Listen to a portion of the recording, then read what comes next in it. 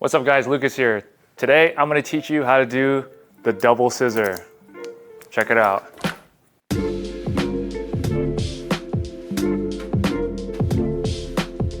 So to learn the double scissor, the only prerequisite you need to know is the normal scissor. So if you haven't learned that trick yet, check out the video right over here to learn that trick first. So for this double scissor tutorial, we're going to be learning the standard method of catching it close to the pivot area and then propelling it up into that next scissor.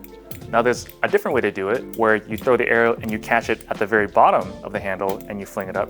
But that's for a different tutorial, so let us know if you want to see that as well. So to start the double scissor, we're going to do the standard position of the regular scissor, and then we're going to go into the aerial. Now the important thing to know is as you're throwing this aerial, just like the regular scissor, you want to throw it nice and straight so that the momentum is coming right at you. And here's the key part. You want to throw it at a specific speed that you're comfortable with, and then when you catch it and you fling it into the next scissor, you want to give it just enough momentum so that it keeps that same speed or slightly faster. Now, if you go a little bit too fast, what's going to happen is that it's going to fly out of control and it could possibly twist on you. So you might catch it in reverse position, or you might even catch the other handle. And if you go too slow, what happens is that there's not enough momentum to make it one full revolution so that you can catch it. So essentially the double scissor is throwing this aerial at a very specific speed. You want to catch it and then you're going to propel it into another aerial at close to that speed in a controlled manner so that you can catch it in the same exact position. This concept of throwing and catching and then flicking it up into the next scissor, this is applied to basically more than the double scissor, but the triple, the quad, and up to, I think the record right now is 25.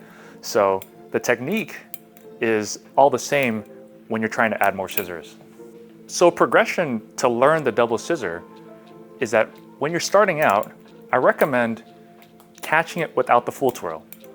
So that means that as you do your first scissor, when you catch it, don't do into the full twirl because that coordination of momentum happens really quickly and it's really tough.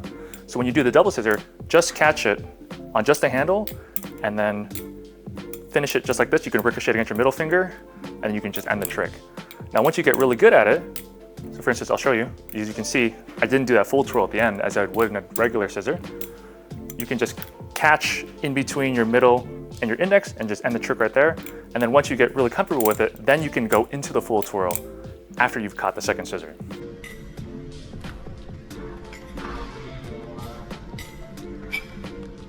Now that you've learned the double scissor, here's a couple cool combinations that you can use to get in and out of the trick and some other variations.